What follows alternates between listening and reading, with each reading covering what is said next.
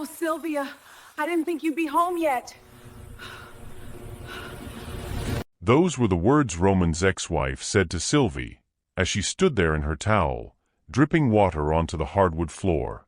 After those words, nothing in their marriage would ever be the same.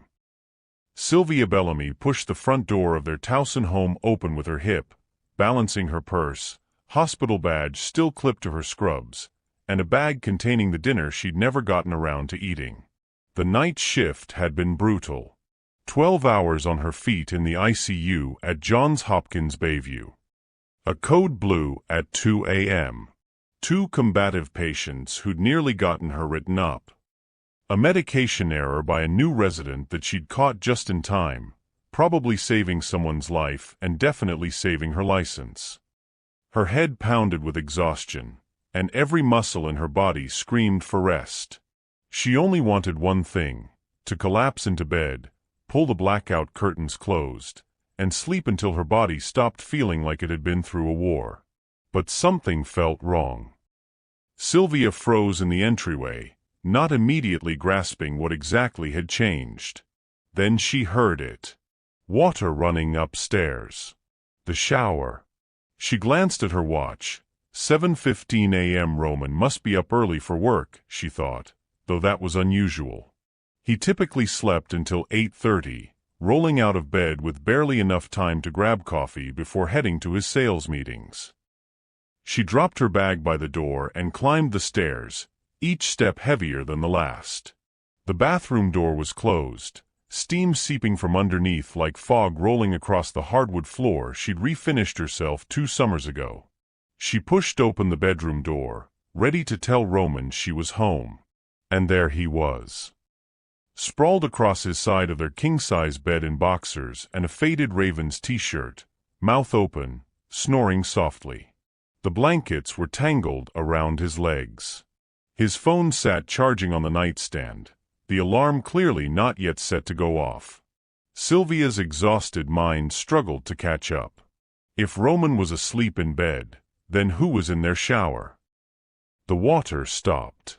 The sudden silence felt deafening. Sylvia stood frozen between the bedroom and the bathroom, her heart beginning to pound in a way that had nothing to do with exhaustion and everything to do with alarm. The bathroom door opened. Steam billowed out. And there she was. Kim. Roman's ex-wife. The mother of his 2 children. The woman whose drinking problem had endangered those kids so badly that Roman had fought for and won full custody 3 years ago. The woman who was supposed to drop the kids off at the curb and leave. She stood there in one of Sylvia's cream-colored bath towels, the expensive Turkish cotton one Sylvia had bought herself as a birthday gift last year. Kim's dark hair hung wet and dripping past her shoulders, water droplets sliding down her neck and onto the bathroom tile. For a moment, neither woman spoke. Kim's eyes widened slightly, but not with the shock of someone caught doing something wrong. More like the mild embarrassment of an awkward social moment. Then she smiled. An apologetic one. A little sheepish. But comfortable. Like this was awkward, yes, but not actually inappropriate. "Oh, Sylvia. I didn't think you'd be home yet." Sylvia felt the words hit her like ice water. Didn't think I'd be home yet. As if Kim had been tracking her schedule. As if Kim had timed this. As if Kim had any right to be in her bathroom at all. What? Sylvia's voice came out hoarse, strangled by exhaustion and confusion. What are you doing here? Kim wrapped the towel tighter around herself, stepping fully into the bedroom now. Her bare feet left wet prints on the hardwood. "Oh my God, I'm so sorry. This must look crazy." She laughed, a light, nervous sound. "I dropped the kids off early because they had that field trip, remember? And I spilled coffee all over myself in the driveway, like all over, and Roman said I could just quickly rinse off before driving home. My apartment's water heater has been acting up anyway, and I didn't want to sit in traffic smelling like a Starbucks." The explanation came out smoothly practiced. Too detailed. Behind them, Roman stirred. His eyes fluttered open, squinting against the morning light filtering through the curtains. He sat up, confused, taking in the scene. Sylvia in her scrubs standing in the doorway, Kim in a towel, water dripping everywhere. "Sil? You're home." He rubbed his face, trying to wake up. Then he seemed to register Kim's presence. "Oh, yeah." Kim had a spill. "I told her she could use the shower real quick." Sylvia stared at her husband. At the man she'd married 4 years ago. At the man who'd just given his ex-wife permission to shower in their home while he slept, without mentioning it to Sylvia, without thinking that maybe, just maybe, that crossed a line. "You told her she could shower here." Sylvia's voice was flat, dangerously quiet. "It was just a quick rinse," Kim interjected, already moving toward the hallway. "I'll get dressed and get out of your hair. I left my clothes in the guest bathroom. Sorry again, Sylvia. I know it's weird." She disappeared down the hall, still wrapped in Sylvia's towel, leaving wet footprints like a trail of evidence. Sylvia turned to Roman. He wouldn't meet her eyes. "She spilled coffee," he mumbled. "What was I supposed to do, let her drive home like that?" Sylvia said nothing. She was too tired to fight, too exhausted to process the wrongness spreading through her chest like poison. She just walked past him, sat on the edge of the bed, and stared at the wet footprints leading out of her bathroom. That's when she noticed it. On the shower caddy, next to her shampoo and conditioner. A bottle of expensive salon shampoo she'd never seen before. The kind that cost $40 a bottle. Kim's shampoo. Sylvia finally confronted him on a Thursday evening, one of her rare nights off. She'd rehearsed what to say during her entire drive home from the hospital, trying to find words that wouldn't sound accusatory or crazy. She found Roman in the living room, feet up on the ottoman, watching a basketball game. "We need to talk about Kim." He didn't look away from the screen. "What about her?" Sylvia sat down on the edge of the couch, forcing herself to stay calm. "She's here too much. She's leaving her things in our bathroom. She's cooking breakfast in our kitchen. This has to stop." Roman finally turned to look at her, his expression shifting from neutral to defensive in seconds. "Are you serious right now? She's the mother of my children, Sylvia. She's not some random woman off the street." "I know that.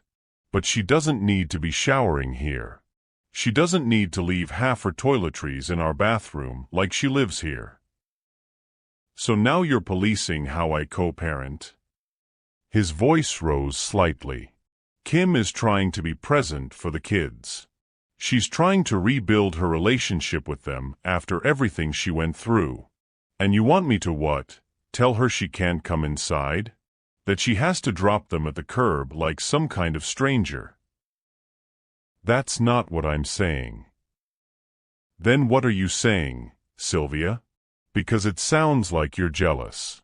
It sounds like you can't handle me having a civil relationship with my ex-wife for the sake of my children." The word jealous hit her like a slap. She felt her face flush hot. This isn't about jealousy. This is about boundaries. She's in our home constantly. She's taking showers here. She's acting like she belongs here, and you're letting her. Roman stood up, his jaw tight. Co-parenting requires flexibility and trust. Maybe if you had kids of your own, you'd understand that.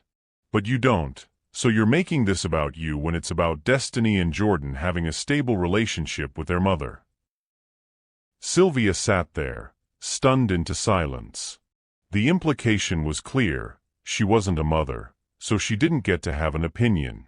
She didn't get to set boundaries in her own home because his children's needs superseded everything, including her comfort and her marriage. "I'm not trying to keep you from your kids," she said quietly. "Could have fooled me. Every time Kim tries to be involved, you've got a problem with it. You're making her uncomfortable. You're making the kids uncomfortable. Do you know Destiny asked me last week why you don't like their mom? What am I supposed to say to that?" He grabbed his keys from the side table and headed for the door. "I'm going out. I need some air." The door closed behind him, leaving Sylvia alone in the silence of a house that no longer felt like hers. At work the next night, Sylvia found herself crying in the break room during her lunch. Felicia Dunmeyer, a fellow ICU nurse who'd worked at Hopkins for 15 years, sat down beside her with 2 cups of terrible vending machine coffee. "Talk to me." Sylvia told her everything. About the shower. About Kim's expanding presence. About the fight with Roman and how he'd twisted her concerns into jealousy and control. Felicia listened without interrupting, her expression growing darker with each detail. When Sylvia finished, Felicia shook her head slowly. "Baby, that's not co-parenting. That's gaslighting. He's making you doubt your own reality, your own feelings. And worse, he's doing it to protect whatever situation he's got going with his ex. Maybe I am overreacting though.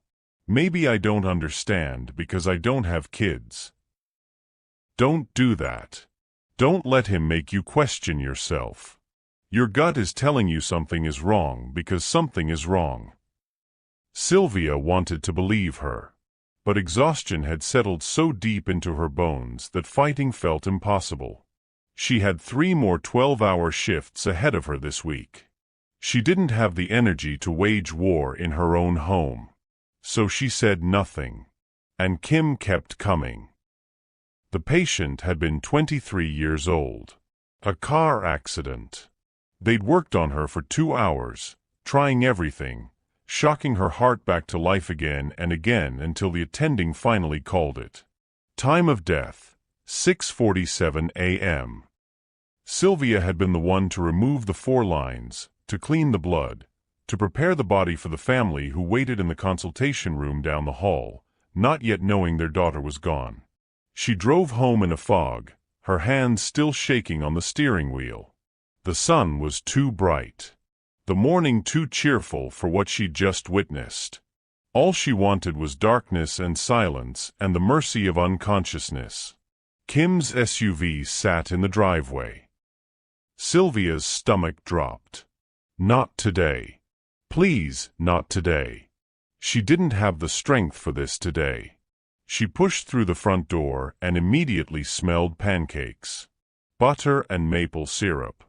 The sound of children's laughter drifted from the kitchen, along with the clatter of plates and the low murmur of adult conversation. Sylvia walked toward the kitchen on autopilot, her body moving while her mind remained stuck in that hospital room with the 23-year-old girl who would never see her 24th birthday. Kim stood at the stove, flipping pancakes on the griddle. She wore Sylvia's cream-colored bathrobe. The expensive one from Nordstrom that Sylvia had bought herself last Christmas. The one that hung on the back of the bathroom door. Kim's hair was pulled up in a messy bun, her face glowing with the casual comfort of someone who belonged there, who had every right to be standing in that kitchen wearing that robe. Roman sat at the table with Destiny and Jordan, a mug of coffee in his hand. He looked up when Sylvia appeared in the doorway. Guilt flashed across his face for just a second before he looked away, focusing intently on cutting his daughter's pancakes into smaller pieces. Nobody said good morning. Kim turned from the stove with a bright smile, spatula in hand. "Oh, Sylvia. Perfect timing. I made extra if you want some. The kids requested my special chocolate chip pancakes." Sylvia couldn't speak. Her eyes were locked on the bathrobe, her bathrobe, on Kim's body. The soft terry cloth that had absorbed her tears after hard shifts, that she'd wrapped herself in on cold mornings, that was hers. Hers. "I'm going to bed," Sylvia managed, her voice barely above a whisper. She turned and headed for the stairs, her legs moving mechanically. That's when she saw them. In the hallway, just past the stairs, stacked neatly against the wall, 3 cardboard moving boxes. The kind you get from U-Haul. And written on the side of the top box in thick black marker, Kim bathroom stuff. Sylvia stopped. Stared. Her exhausted brain struggled to process what she was seeing. Oh, those. Kim had followed her into the hallway, still holding the spatula, syrup dripping from it onto the hardwood floor. Roman thought it would be easier if I kept some things here for when I'm with the kids. You know, so I don't have to keep bringing stuff back and forth. Just some basics, clothes, toiletries, a few personal items. It's really just for convenience. The words floated around Sylvia like she was underwater. Easier. Some things. Just for convenience. Each phrase was reasonable on its own, but together they formed something else entirely. A claim. A takeover. A slow, methodical erasure of Sylvia's place in this house. Roman agreed to this. Sylvia's voice came out flat, emotionless, because if she let any feeling through, she would either scream or collapse. Kim's smile stayed perfectly in place. He suggested it, actually. He said it made sense since I'm here so much anyway. For the kids. Always for the kids. Every invasion justified by those 3 words. Roman appeared in the hallway behind Kim, his expression carefully neutral. We can talk about it later, Syl. You look exhausted. I am exhausted, Sylvia said quietly. I just watched someone die. And I came home to find your ex-wife wearing my bathrobe and moving into my house. Don't be dramatic, Roman said, his tone sharp with warning. Kim's not moving in. She's just keeping a few things here. It's not a big deal. But it was. It was a massive deal. And standing there in her scrubs that still smelled like death and disinfectant, looking at the boxes stacked in her hallway and the woman wearing her robe, Sylvia understood with sudden, devastating clarity that this was never going to stop. Not unless she stopped it herself. But first, she needed evidence. She needed to know exactly what was happening behind her back while she worked night shifts saving other people's lives. Fine, Sylvia said. We'll talk later. She climbed the stairs to her bedroom, closed the door, and sat on the edge of the bed. Her hands were still shaking. But not from exhaustion anymore. From rage. Sleep wouldn't come. Sylvia lay in bed staring at the ceiling, listening to the sounds of Kim and Roman cleaning up breakfast downstairs, the kids' voices gradually fading as they gathered their backpacks for school.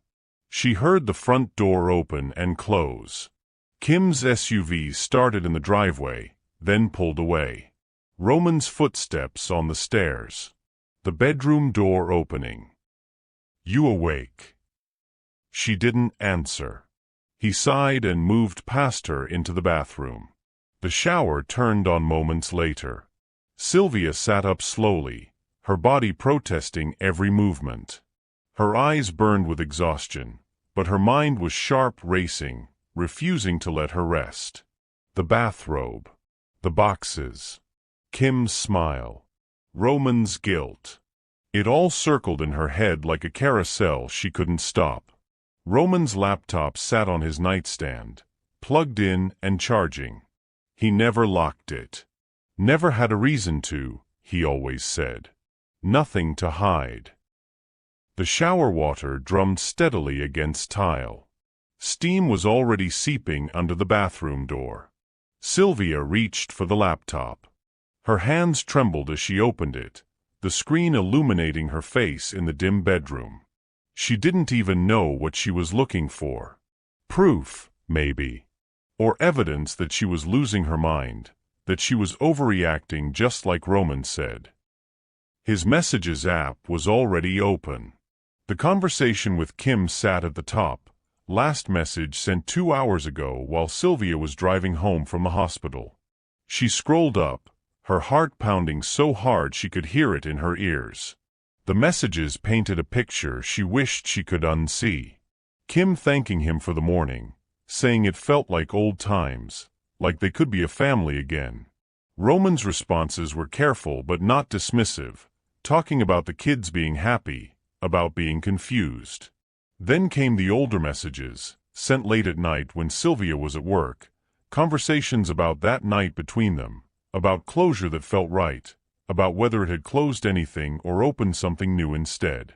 Sylvia's breath caught. She scrolled further, her vision blurring with tears, but she couldn't stop reading. Each message was a knife between her ribs.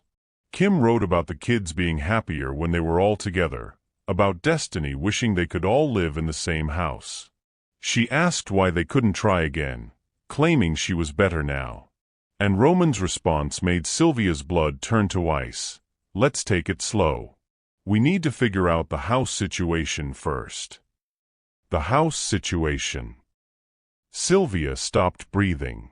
She read those words again. And again. The house. Her house. The house she'd helped buy, that she'd put her savings into, that she paid the mortgage on with money earned from night shifts that destroyed her body and kept her from sleeping. They were planning something. Planning to push her out. Planning to reclaim their old life, their old family, in the home that Sylvia had built. She kept scrolling, her hands shaking harder now. More messages about the boxes in the hallway, Kim thanking Roman for letting her bring things over. Roman's response warning they couldn't move too fast because Sylvia was already suspicious. Kim saying Sylvia would come around or she wouldn't, but either way, this was about what was best for the kids and for them. Roman promising to handle it. Handle it. Like Sylvia was a problem to be managed. An obstacle to be removed. The bathroom door opened. Steam billowed out. Sylvia barely had time to close the laptop and set it back on the nightstand before Roman emerged, towel wrapped around his waist, water dripping from his hair. "You should try to sleep," he said, not looking at her. "You've got another shift tonight." Sylvia lay back down, pulling the covers over herself, her body rigid with rage and heartbreak. "Yeah, I will." Roman got dressed, grabbed his wallet and keys, kissed her forehead, a mechanical gesture, obligatory, empty. "I'll be home around 6. Love you." The words meant nothing. They were sounds he made out of habit, like saying "excuse me" when you bump into a stranger. The front door closed. His car started. Drove away. Sylvia lay there in silence, staring at the ceiling again. But this time, she wasn't confused. She wasn't doubting herself. She knew exactly what was happening. Roman had slept with Kim. They were planning to get back together. And they were conspiring to take her house, to claim it as the family home, to push Sylvia out like she'd never existed, like her 4 years of marriage and her exhaustion and her money and her life meant nothing. She reached for her phone and opened the voice memo app. Then she got up, got dressed, and prepared to document everything. Shit is getting real now. Sylvia knows everything, and there's no going back from this. Tell me in the comments how you're feeling right now, because what happens next when she confronts them with all the evidence she's found will leave you in shock and admiration of what a woman can do when she's been betrayed in her own home. Sylvia didn't wait for Roman to come home.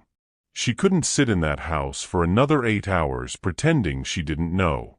She called in sick to work, the first time in 3 years, and when Roman walked through the door at 6, she was sitting at the kitchen table with his laptop open in front of her.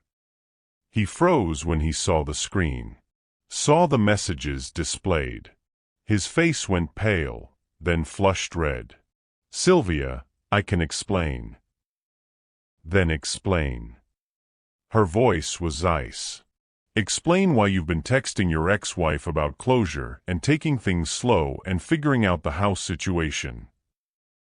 Roman set his briefcase down slowly, buying himself time.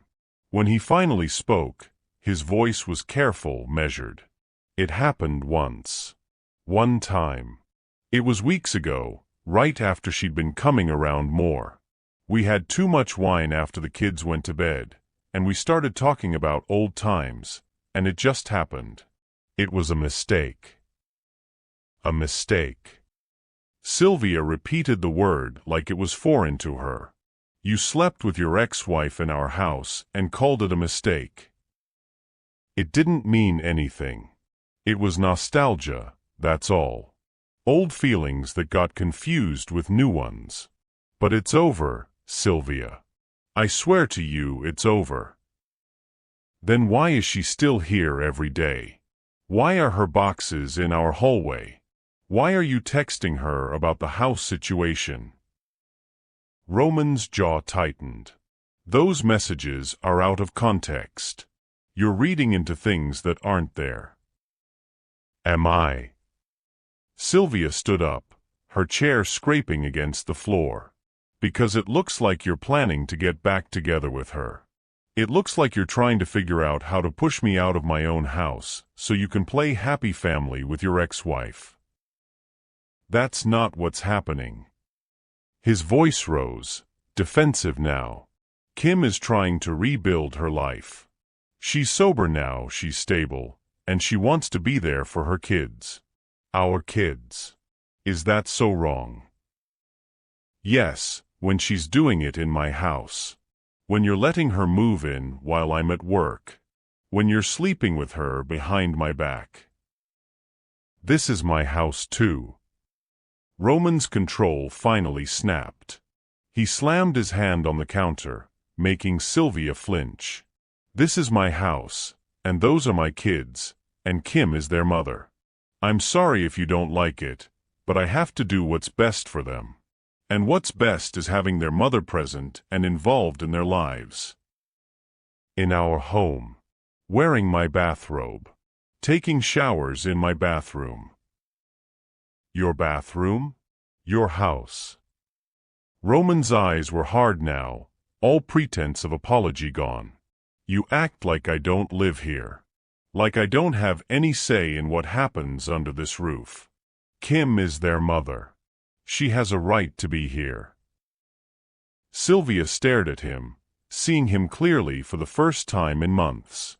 This wasn't the man she'd married. Or maybe it was, and she'd just been too exhausted to notice. Kim stops coming over, or I'm done.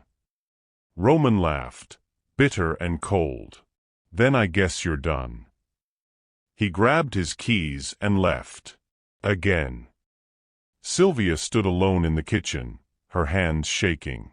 She waited 5 minutes, then heard Roman's voice from the front porch, talking on his phone. She moved quietly to the window. I don't know what to do, Omari. She's threatening to leave because Kim wants to be part of the kids' lives. Can you believe that? Kim just wants to be around her children in their family home, and Sylvia's acting like it's some kind of betrayal. Family home. Not our home. Not the home he shared with his wife. The family home. His and Kim's and the kids. Sylvia had been edited out of the narrative entirely. She pulled out her phone and started taking screenshots of every message, every conversation, every piece of evidence that proved what they were planning. If they wanted to erase her, they'd have to do it in court. Horace Wilkins had been Sylvia's friend since nursing school, back when he was pre-law and she was pulling all-nighters memorizing anatomy. He'd gone on to become one of Baltimore's most respected family law attorneys, and she'd gone on to save lives in the ICU. They'd stayed close over the years, meeting for coffee every few months to catch up on life. But this meeting wasn't about catching up. Sylvia sat across from him in his downtown office, a manila folder thick with documents spread across his mahogany desk. Mortgage statements. Bank records. Copies of checks she'd written. Screenshots of Roman's text messages with Kim. Her hands were folded in her lap to keep them from shaking. Horace read through everything in silence, his expression growing darker with each page. When he finally looked up, his eyes were full of something Sylvia hadn't expected, anger on her behalf. "Tell me you haven't confronted him about all of this yet." "I confronted him about the affair. About Kim being there constantly. But not about the financial stuff. Not yet." Horace leaned back in his chair, fingers steepled under his chin. "Good. Because what we have here is leverage, Sylvia. Significant leverage." He tapped the mortgage documents. "You contributed 60% of the down payment. Your name is on the deed equally with his, but your financial contribution is substantially higher. You've paid approximately 65% of the mortgage over the past 4 years due to his inconsistent income and your overtime. So the house is mine. Legally, it's marital property, which means it would normally be split 50-50 in a divorce. But given your disproportionate financial contribution, adultery on his part, and evidence of conspiracy to defraud you of your interest in the property, we can argue for a significantly better settlement. Possibly even force a buyout at fair market value where you retain the home." Sylvia felt something loosen in her chest. Not relief, exactly, but hope. The faint possibility that she wouldn't lose everything. "What do I need to do?" Horace pulled out a legal pad and started making notes. "First, document everything. Every time Kim is at the house, photograph it. Timestamp everything. Keep copies of all bills you pay. Second, secure your finances. Open a separate bank account if you haven't already. Make sure your paychecks go there. Third, do not leave that house. I don't care how uncomfortable it gets. If you move out, even temporarily, it can be used against you to claim abandonment." "He's the one who should leave," Sylvia responded. "Agreed. But he won't unless forced. And that's where it gets complicated." Horace set down his pen and looked at her seriously. "Sylvia, if Kim actually moves into that house, if she establishes any kind of residency there, it complicates our case. She could claim she was invited by a legal resident, which is Roman. It muddies the waters around trespassing and creates a situation where we'd have to evict her formally, which takes time. Time during which she's living in your house." Sylvia's stomach turned. "So what do I do?" "You make it clear in writing that Kim is not welcome in your home. Send Roman an email tonight stating that she no longer has permission to enter the property. CC yourself. Save it. If she shows up after that, it's trespassing, and you can call the police." "And if Roman lets her in anyway?" she asked. "Then we have proof of his continued conspiracy to violate your property rights, which strengthens our divorce case." Horace's expression softened slightly. "I know this is hard. I know you wanted this marriage to work. But Sylvia, they're actively planning to take your home from you. To rewrite history and pretend you were never part of it. You need to protect yourself." Sylvia nodded, her throat tight. She'd spent the last 4 years working herself to exhaustion, trying to build a life with Roman, trying to be supportive of his co-parenting relationship, trying to be understanding. And this whole time, he'd been planning to replace her with the woman who came before. "I want to move forward with the divorce," she said quietly. "I want my house back. I want them out of my life." Horace started drafting paperwork, but paused halfway through. "One more thing. If you catch them in the house together again, especially if Kim has moved more belongings in, record it. Video, audio, whatever you can get. We need evidence that this is an ongoing pattern, not just a one-time thing he can explain away." Sylvia thought about her phone, about the voice memo app she'd already opened a dozen times, about the anger that had been building inside her, compressed and contained because she was too exhausted to let it out. She wasn't exhausted anymore. She was ready to fight. The divorce papers were filed 3 days after Sylvia changed the locks. Horace submitted everything: the text messages, the bank records, proof of Sylvia's disproportionate financial contribution, evidence of Roman's adultery, and documentation of the conspiracy to push her out of her own home. Roman hired a lawyer who tried to argue for a 50-50 split of all marital assets, claiming Roman had contributed equally to the household through child care and domestic support. The judge wasn't impressed. Roman's own text messages destroyed his case. The conversations about figuring out the house situation and calling it the family home, while excluding Sylvia, painted a clear picture of intent to defraud. The financial record showed that Roman's income had been inconsistent at best, with Sylvia covering not just 60% of the mortgage but also most utilities, groceries, and household expenses while working exhausting night shifts. When Roman's lawyer tried to claim that Kim's presence was simply co-parenting, Horace produced the email Sylvia had sent explicitly barring Kim from the property, followed by evidence that both Roman and Kim had violated that notice the same day: trespassing, conspiracy, adultery. The ruling came down 4 months later. The court gave Sylvia 2 options: buy out Roman's share of the house at a reduced rate that reflected his minimal financial contribution, or force a sale and take the majority of proceeds. Sylvia chose the buyout. She refinanced the mortgage in her name alone, paid Roman his reduced share, and watched him sign away any claim to the house he'd tried to steal from her. Kim was permanently barred from the property by court order. Any violation would result in immediate arrest. The kids continued their visitation schedule with Roman on weekends, but those visits happened at Roman's new apartment across town. Never at Sylvia's home. The house was hers again. Fully, legally, undeniably hers. Roman's family tried to paint Sylvia as the villain on social media. His mother posted long rants about how Sylvia had destroyed a family, kept a mother from her children, refused to be flexible about co-parenting. Some of Sylvia's acquaintances sided with them, calling her cold and unforgiving. A few mutual friends stopped speaking to her entirely.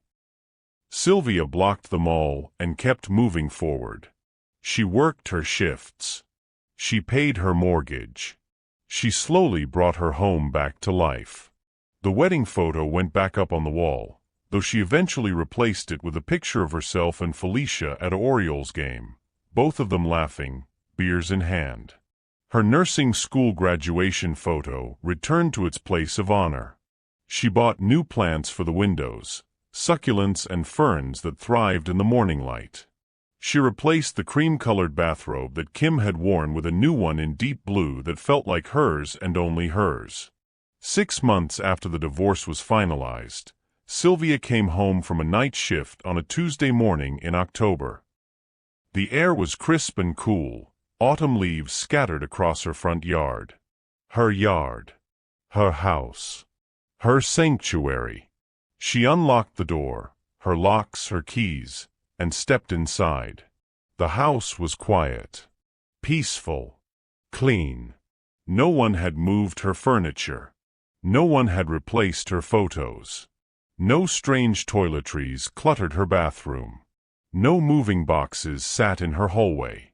Sylvia made herself a cup of chamomile tea and carried it to the living room. She sank into the couch, kicked off her shoes, and looked around at the space she'd fought so hard to keep. The morning sun streamed through the windows, warming the plants on the sill.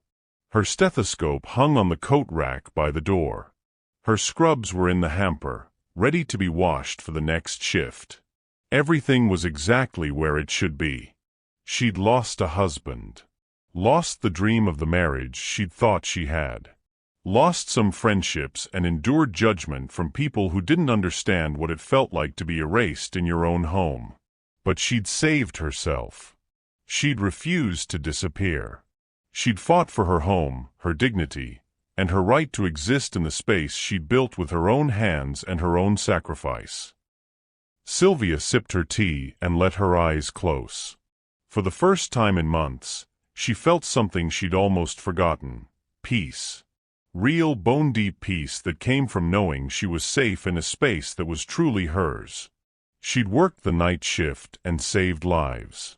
Now she had come home and saved her own. And that was enough. If you believe people who work hard deserve to keep what they've earned, kindly hit that subscribe button. It's only manipulators like Roman and Kim, people who gaslight, cheat, and try to steal someone else's home, that would want you to look away. Don't be like them.